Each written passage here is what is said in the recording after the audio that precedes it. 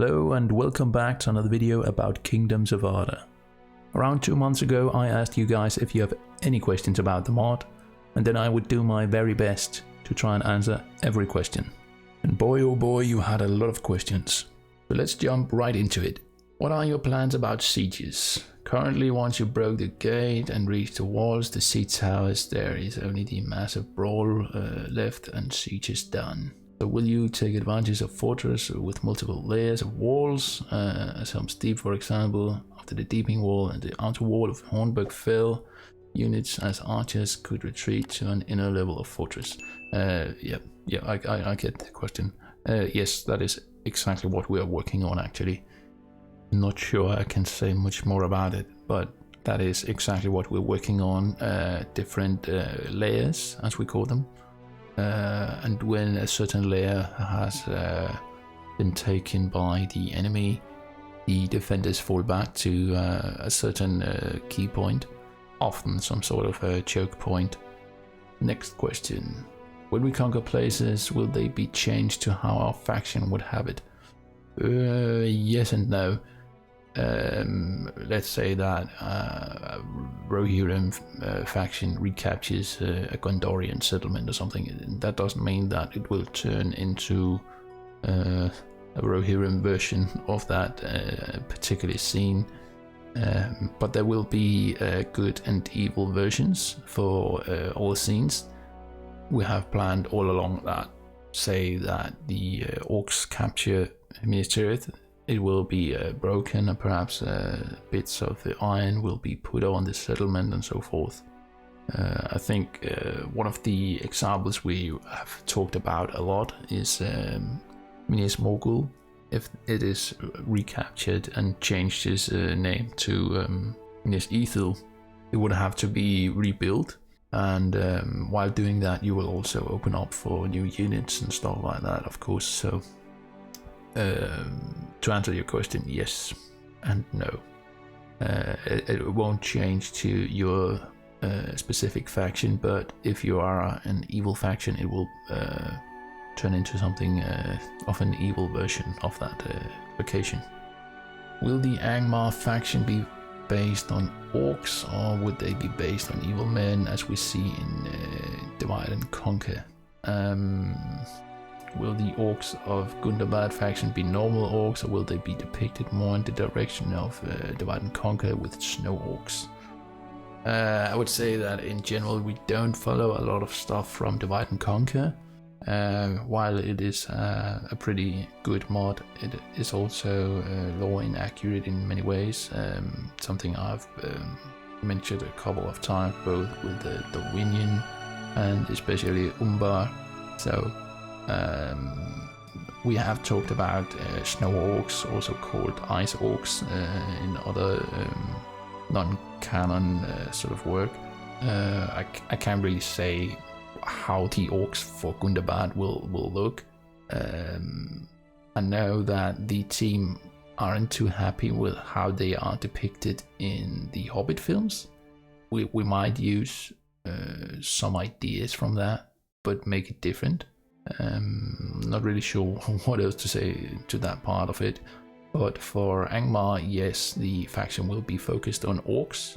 There will be a separate faction, the Hillmen of Rudauer, that will have their own faction, and while the lore actually states that those men are no longer in Rudauer, we felt that it makes sense to have this faction in Eria, though, just to have a bit more evil factions, and also the option to actually play as a Hillman in that specific area, and sort of rebuild what they have lost over the centuries.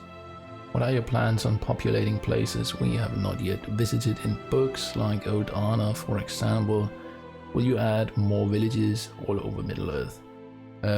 Yes, we can't actually be 100% lore accurate, as we don't even know a single city in a place like Run. So of course we're going to use some of the other non-canonical works like Merp and Lindeferian to include more villages and stuff like that. Overall, we don't really want these huge desolate places like old Arnold is described as. So we're gonna have some minor buffer states, and that may not be 100% lore accurate, but the idea with ruins and stuff like that will of course be there. So it's a bit of a mix between what was there in the lore long ago, mixed with what makes good gameplay, I would say. So in your story mode, when it comes to the Battle of Pelennor Fields on the Umbar ships, will the ghost cheaters or warriors from the south of Gondor come to the rescue? What will you rely on in this mod at all? For books or movies? Or will you follow the books completely but with images and locations, I guess, from the movies? Both, actually. Well, I've planned out story modes. It's probably one of the things I know most about. The idea is to have both. There's one version called the War of the Ring, which will be based on the books, and it will include a lot more characters that are not mentioned or seen in the movies, and it will also include more battles, like the Battle of Isen, of course. And in that version, the ghost won't just simply be part of the battle and kill them all, of course. So that will be with Imrahil and the other lords of Gondor actually coming to aid the defenders. And then there's another version of story mode called the Fellowship of the Ring, or that's at least the work title. And that will just include all the battles we actually see in the movies from beginning to end, with the exception of the prologue battle with Sauron and so forth. That part will actually belong in a different campaign about the War of the Last Alliance. Will you reconsider the option of making kingdoms by a player? Yes, we actually already did. The very day I released the video about all the planned factions, we actually changed our mind. It was something that had been debated a lot on the team, if we should allow players to create their own kingdom or not. So we changed our minds on that. I'm not really sure what else to say about that. And the next question, is it possible to recruit troops from another faction, even between good and evil? Yes, it is possible if it's a good faction. So like if you're a Gondorian player, you can of course recruit units from Rohan and other good factions, but you won't be able to recruit Uruk-hai and have them fight side by side with the Dol Amroth knights, of course. That's not going to be possible. And the next question, will Kingdoms of Arda be playable through the multiplayer of Bannerlord at some point? Will the module support the multiplayer after the release of the custom service? Yes. There will be normal multiplayer, I would say.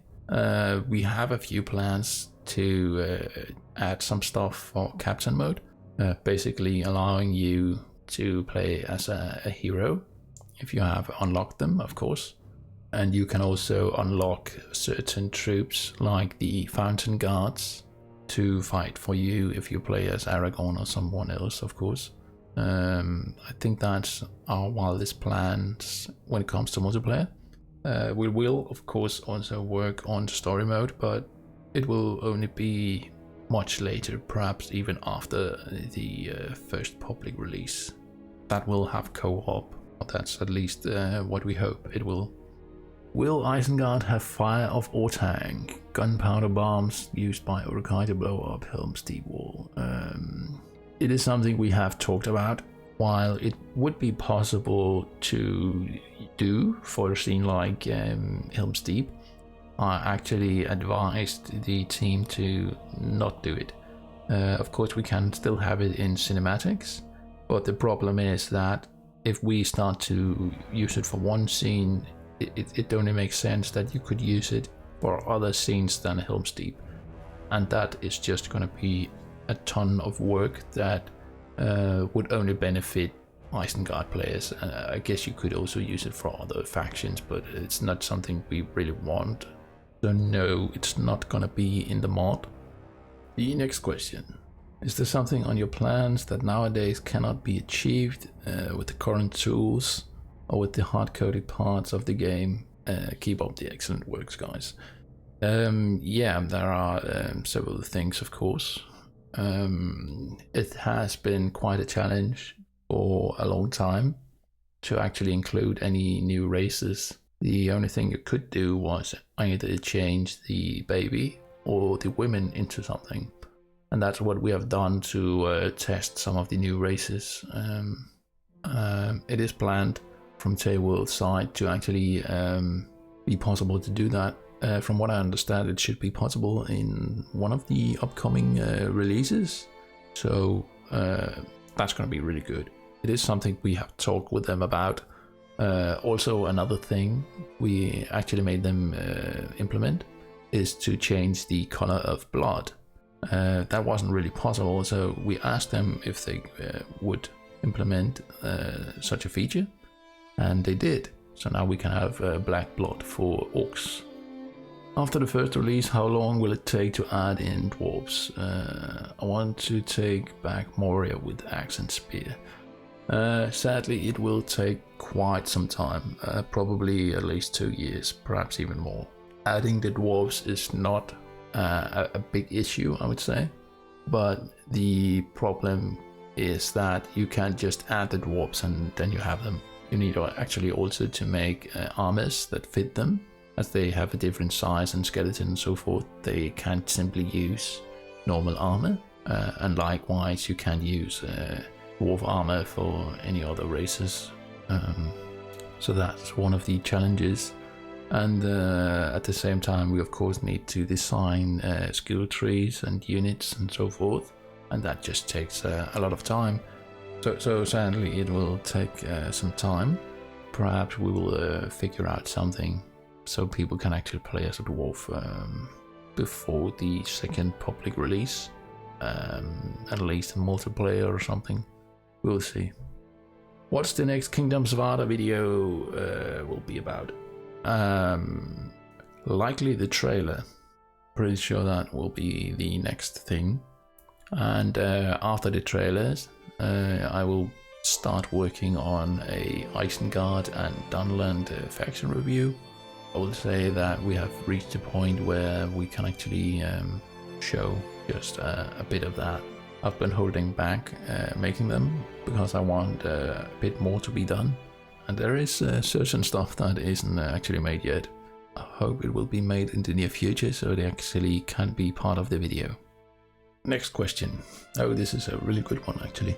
Will we be able to customize our own troops or serve as a soldier in Kingdoms of Arda? Yes, you will be able to customize your own troop tree actually. So whenever you become a king, you can actually design your own troop tree. Pretty sure it also works for lords. So let's say you want Osgiliath veterans, a popular request even from myself. You will be able to. And can you serve as a soldier in Kingdoms of Arda? I'm pretty sure that's what you do from the beginning actually. You choose to be, say, a man of Gondor, and then you can of course swear fealty to Denethor. Whenever you fight on the side of good, of course. So I guess you are unofficially a soldier. It's gonna be hard to play as something else, I think. It's something we talked about, like can you be a merchant or a minstrel or something like that. That's going to be really hard, but I would say that if you're up for the challenge, perhaps you can, but it's not something we're going to focus on, of course, gameplay wise. And the next question, what are the new mechanics planned for Kingdoms of Arda? Well, when it comes to creatures, I actually have a whole video about what creatures we will add, so feel free to check that out. We won't include magic, like in the Old Realms mod. As mentioned, we will of course include horns, possibly drums. And we will of course also have different layers in sieges. Probably a ton more. We want naval battles at least, so if Tail Worlds are not going to include that themselves, we have to do that. I mean, there's so much we will include, so it's pretty hard to actually get an idea of what we have added. You guys said earlier that it is possible to join the Fellowship of the Ring if you have enough influence, question mark. What about if you have any followers? Can you also join by the same terms? No, likely not. The thing is that a player could have, say, 9 companions or so, and if all of those are gonna join the Fellowship as well, it's just gonna be a bit overwhelming. I mean, there's a reason why it was 9 companions. It was to match the 9 Black Riders of Sauron.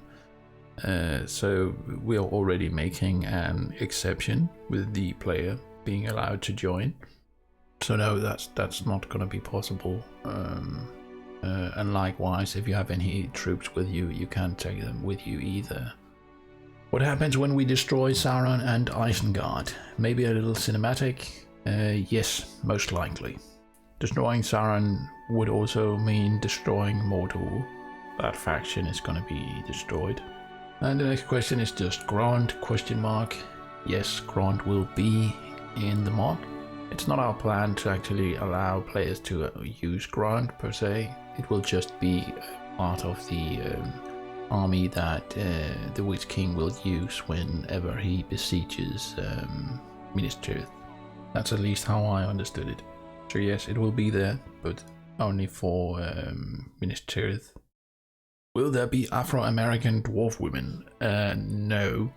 As a player, you of course could create your character in whatever way you want. So if you want to be Afro-American dwarf-woman, you can do that. But you won't see them walking around in Middle-earth. And likewise, you can pretty much design your own character in whatever way you want. Yeah, we're not gonna restrict people on that sort of freedom. And then we have 2 sort of similar questions about a public beta.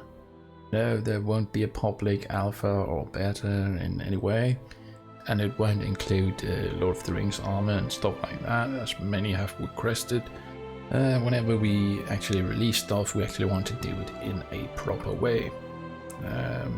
People don't like that, they can just go ahead and play one of the mods that aren't as polished as Kingdoms of Arda will be. So sadly you just have to wait like the rest of us. There won't be a early alpha or something like that. We will do testing, but that will be with a closed group. And we are getting close to some of the last questions. Will the child and marriage system be kept in the mod? Can we play as our children? No. The reason for that is that time will be much more realistic. It won't go as fast as it does in the base game. So each day will just be a day. You would actually never get to play as your children unless you play too much, pretty much. You will be able to play as your own character throughout the game, pretty much. There are of course some difficulties with that sort of stuff, as you know, elves are immortal and dwarves live longer, and Dunedain live longer as well, so it wouldn't make sense to actually include such a thing. But I think there's an agreement in the team that you should of course still be able to marry, and perhaps you can get children, but you won't play as them. So but I wouldn't say that it's something that we have totally decided yet. Will there be different food for orcs, like maggoty bread and marinated man legs? Maggoty bread, check. Not sure about the man legs. We have talked about if you have human prisoners or whatever, that you can actually sacrifice them, and that would turn into man flesh or whatever, which can be eaten. A bit like if you had cattle with you, you can slaughter them and you would get meat out of that. We have also talked about orc draughts, perhaps other sort of foods and drinks from the lore, of course, like limbus bread and so forth. So I think you can expect that. And let's just have a bonus question, something we get asked a lot on the Discord at least. Will you be able to play as a Nazgûl? And I'm pretty sure this question comes from the Shadow of War game, where you play as Talion that becomes a Nazgûl. I haven't actually played it myself very long, so no, you won't. You see, the thing is, you don't become a Nazgûl overnight. Actually, there are 9 Nazgûl and that's it. I mean, you don't turn into Denethor or anyone else either, so no, you can't. But in story mode, you of course will be able to play as the Witch King and the Nazgûls and so forth. And in multiplayer, you can of course also play as the evil side and choose to be the Nazgûl or the Witch King or whoever.